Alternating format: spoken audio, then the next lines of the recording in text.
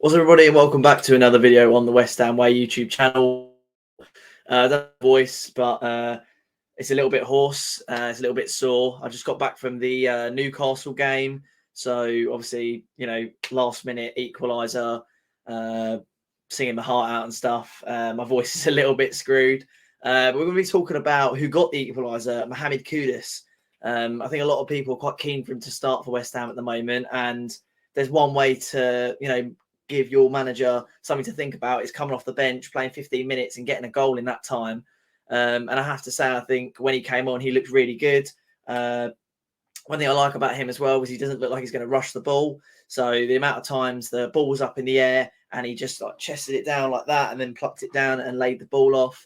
I think as well for the way he drives with the really we post-match reaction with Mark on the channel tomorrow. I think that'll probably be our evening video talking about the Newcastle game. So I won't talk about it too much, but I'd say my overall thoughts is that we played really well.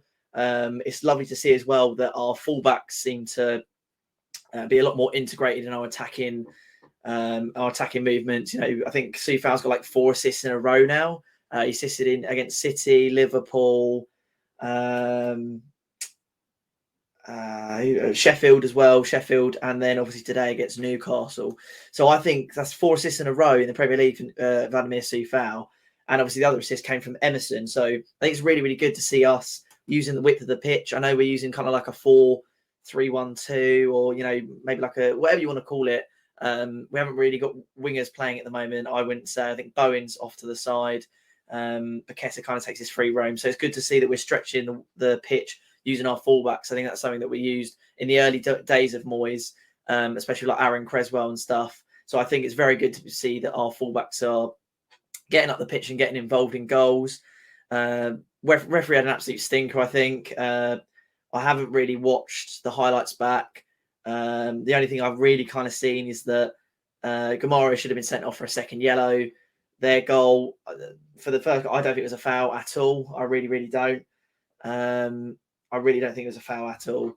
For me, that subsequent ball comes in, it's just poor defending. And I think we were undone by, I think we were architects of our own defeat, two poor elements of defending. We sort of allowed them too much space. We weren't strong enough in the middle of the pitch, in the middle of the box. Again, potentially at fault. So, we're talking about Kudus starting, maybe, again, needs to be dropped. But overall, I think we played the better football of the game. We had 2 goals from open play.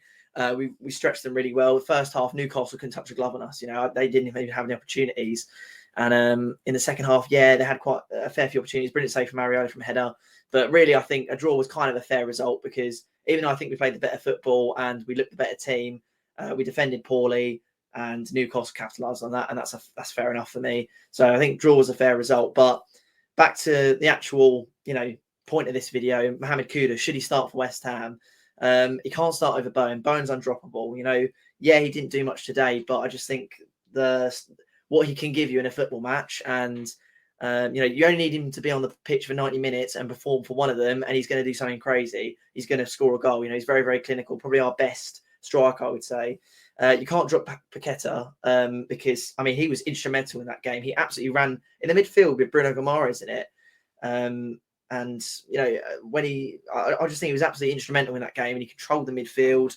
Also an underrated part of his game, which I think when Antonio comes off, you think, if we knock a ball long, or if there's a ball in the air, how are we gonna how are we gonna be able to retain it? Because normally we knock it up to Antonio, he chests it down, or he just holds off a defender and lays it off. But I think Paqueta, with his headers and with his strength in the air, it's really underrated. He's really good at that. And the amount of flick-ons he won when Antonio came off and he moved into that more forward central position, I think was really good. So you can't drop him. Souček is a difficult one for me, because he's playing quite well, but I think you take Souček out of that side and put someone like Kudus in it. Maybe defensively, Kudus probably isn't as strong as Souček, but Souček on the ball for me, again, is just weak. It definitely improves and he looks a lot better, but you think the driving force that Kudus can provide you, as opposed to Souček, he's so good on the ball, he's so good at picking the ball out, but Souček is scoring and he's doing quite well. So it's really difficult for me to drop someone when they're playing well, and I think he's he's at a stage now where he's kind of deserved that. You know, he's had his period of time where he's played quite badly. And now that he's playing well, you think, well, you can't really drop him, can you? Alvarez, again, for me, is undroppable as well. He is such a composed player in that team. I think he's so, again, like Paquetá, you talk about him being instrumental in the forward sort of element of things, in the defensive element of things. I think he's brilliant. He's a general, he's a leader, he's a natural born leader. He leads that defense, leads that back line. He wins the ball, he wins that ball so much. You know, he's so good at just, you know, reading the game and defending. And I think having Paquetá and Alvarez is, like we said, having someone to do both the jobs that Rice used to do. But obviously, because you've got two bodies, you're less likely to get caught out. So I actually think that system works a lot better. Then you look to the left-hand side, you say, well, you know, using three midfielders, if we dropped one of the midfielders and then put Kudus at left wing, that kind of doesn't really do much for us. I think I play Kudus over Ben Rama on the left, but again, a lot of people tell me that Kudus can't really play on the left. I think he can. If you can play one wing, in my opinion, you can play the other wing, especially since his game isn't really cutting inside necessarily. Like, he's quite a direct winger. He's just going to run straight at people, and he's very good on the ball. So then you look at another position, which is the striker position. It's a position that he's played before. And, you know, he's got all the elements of a striker. He's clinical. He, again, like I said, he can control the ball if it's flowing into the air at him. He's good at working in tight spaces, which often strikers have to work themselves in, especially our strikers, because we tend to play the ball to the feet of the striker. Our striker's more like a target man. He backs into the opponent, tries to win the ball high up the pitch, and then lay it off to the wingers or the fullbacks to try and progress himself higher up the pitch.